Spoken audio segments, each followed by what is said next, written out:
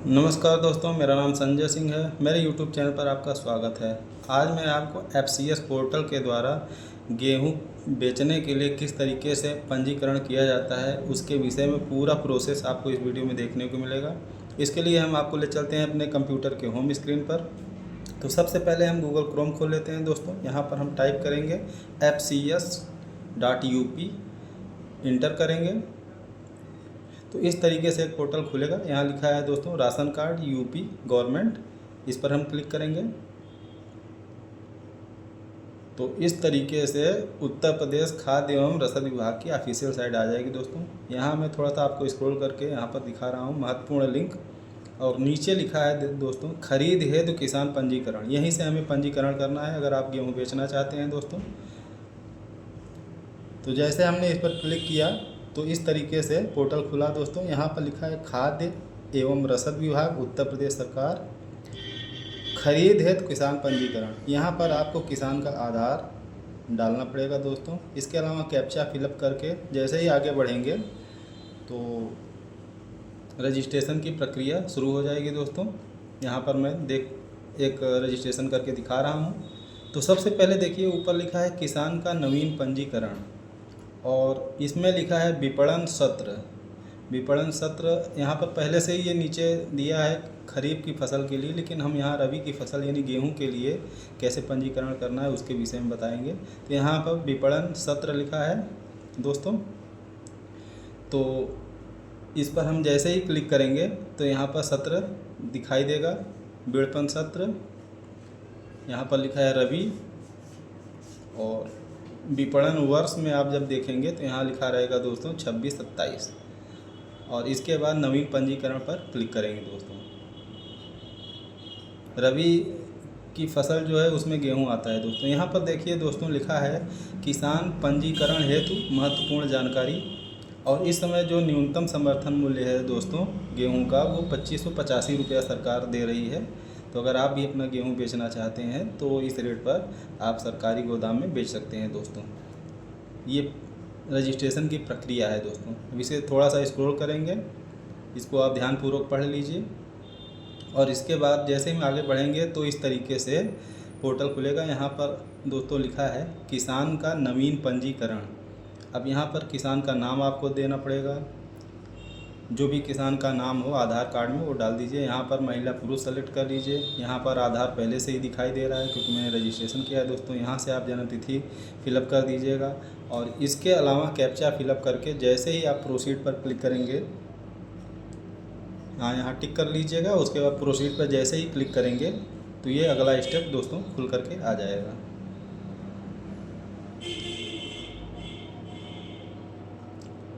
इस तरीके से खुलेगा दोस्तों। यहाँ किसान का व्यक्तिगत विवरण डालना पड़ेगा, और यहाँ किसान का जो है किसान किस तरीके का है, प्रकार का है, यानी किसान है, बटाईदार है, ट्रस्ट है।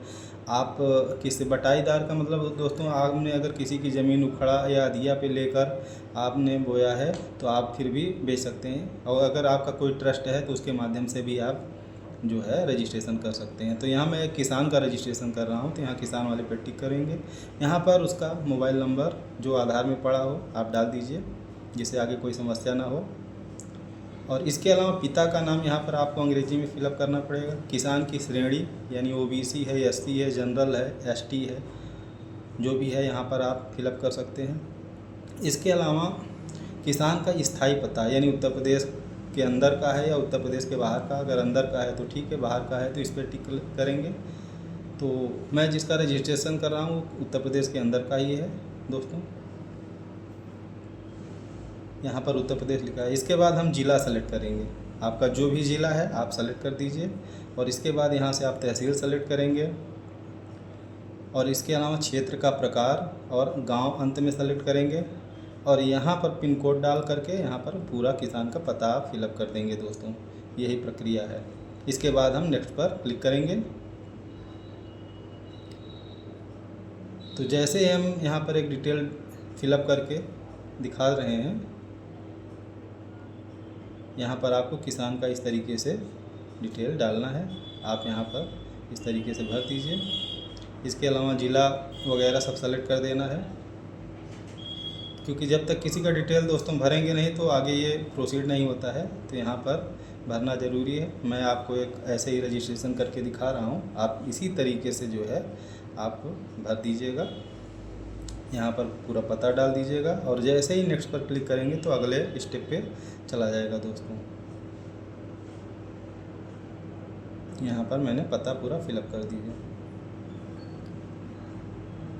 अब किसान का व्यक्तिगत विवरण सफलतापूर्वक संशोधित हो गया दोस्तों। ओके पर क्लिक करेंगे। अब यहाँ पर जो है अगर आप बेचने हेतु परिवार के एक नामित सगे सदस्य का विवरण डालना चाहते हैं तो डाल सकते हैं, नहीं डालना है तो कोई दिक्कत नहीं, नहीं पे क्लिक कर देंगे। अगर डालना है तो आप उनका आधार ले लीजिए और आप किसी का भी यहाँ पर डिटेल डाल सकते हैं, क्योंकि गेहूँ बेचते समय अगर आप नहीं उपस्थित हैं तो जिसका आप यहाँ पर नाम डालेंगे वो जा कर के बेच सकता है, ये नियम है दोस्तों। और इसके बाद फिर उसका पूरा डिटेल डालने के बाद आप नेक्स्ट पर क्लिक कर देंगे।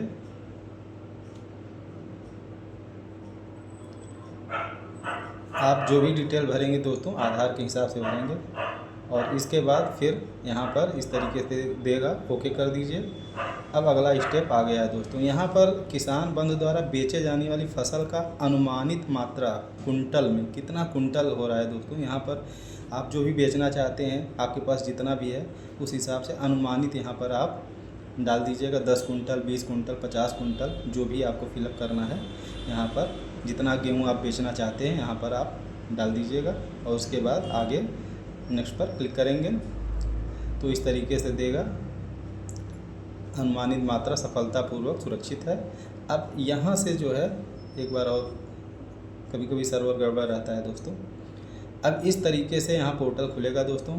अब किसान की भूमि का विवरण यहाँ पर आपको देना पड़ेगा, यानी जो किसान है उसकी ज़मीन किस गांव में कहाँ कहाँ कितनी है आप डाल देंगे दोस्तों।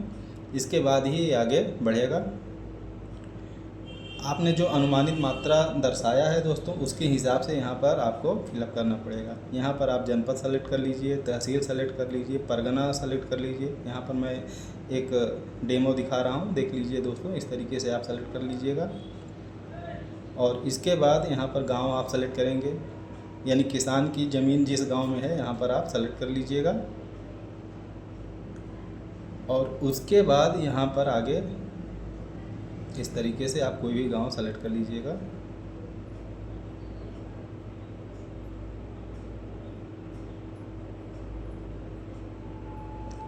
कभी कभी सर्वर प्रॉब्लम रहती है दोस्तों। यहाँ से हम यहाँ परगना देखिए चूज कर लिए हैं। अब यहाँ से हम गांव सेलेक्ट कर लेंगे, कोई भी गांव आप जो भी किसान का क्षेत्र हो। यहाँ पर गेहूँ लिखा है, गेहूँ पर सेलेक्ट कर देंगे। अब खसरा संख्या डालना है दोस्तों, यानी किसान का जो खेत है उसकी खसरा संख्या आप जैसे ही डालेंगे तो किसान का विवरण यहाँ पर दे देगा। इस तरीके से जैसे मैंने यहाँ पर खसरा नंबर डाल दिया तो ये हमको लगता है जिसका है डाला है हमने फर्जी, तो वो नहीं दे रहा है इसमें। अब यहाँ आगे मैंने एक दूसरा गाटर डाला है। अब देखिए यहाँ पर किसान का नाम देगा, तो जो किसान का नाम है आप सेलेक्ट कर लीजिएगा जिसका खेत है यहाँ पर और इसके बाद आप जो है इसको सुरक्षित कर दीजिएगा। तो यहाँ पर जैसे ही आप सुरक्षित पर क्लिक करेंगे तो नीचे जो है वो विवरण यहाँ पर इस तरीके से दे देगा दोस्तों। तो किसान का जितना भी खेत है आप यहाँ पर ऐड कर दीजिएगा। तो आपने जो बेची गई मात्रा आपने जो वहाँ पर बेचने के लिए जो सेलेक्ट किया है उसके हिसाब से यहाँ पर दिखाई देगा दोस्तों। इसके बाद हम नेक्स्ट पर आए तो यहाँ पर आप जो भी विवरण हमने भरा इसे हमें लॉक करना है। तो लॉक करने के लिए यहाँ पर देखिए यहाँ पर पूरा विवरण दिया गया है दोस्तों जो अभी हमने फिलअप किया है। अब इसे लॉक करना है, तो लॉक करने के लिए ऊपर देखिए दोस्तों एक घोषणा पत्र है, यहाँ पर टिक करेंगे और लॉक पर क्लिक करेंगे। जैसे ही लॉक पर क्लिक करेंगे तो जो मोबाइल नंबर आपने अभी वहाँ पर रजिस्टर किया था या लिखा था उस पर एक OTP जाएगा।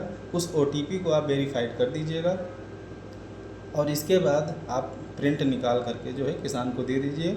अब वह लेखपाल के माध्यम से जो है अपना सत्यापन करा लेगा और कभी कभी दोस्तों अपने आप भी हो जाता है, लेकिन आप जो है लेखपाल के माध्यम से आप सत्यापित करवा लीजिएगा, अपनी पूरी खतौनी दे दीजिएगा दोस्तों। धन्यवाद। अगर वीडियो अच्छा लगे तो चैनल को लाइक और सब्सक्राइब जरूर करें दोस्तों।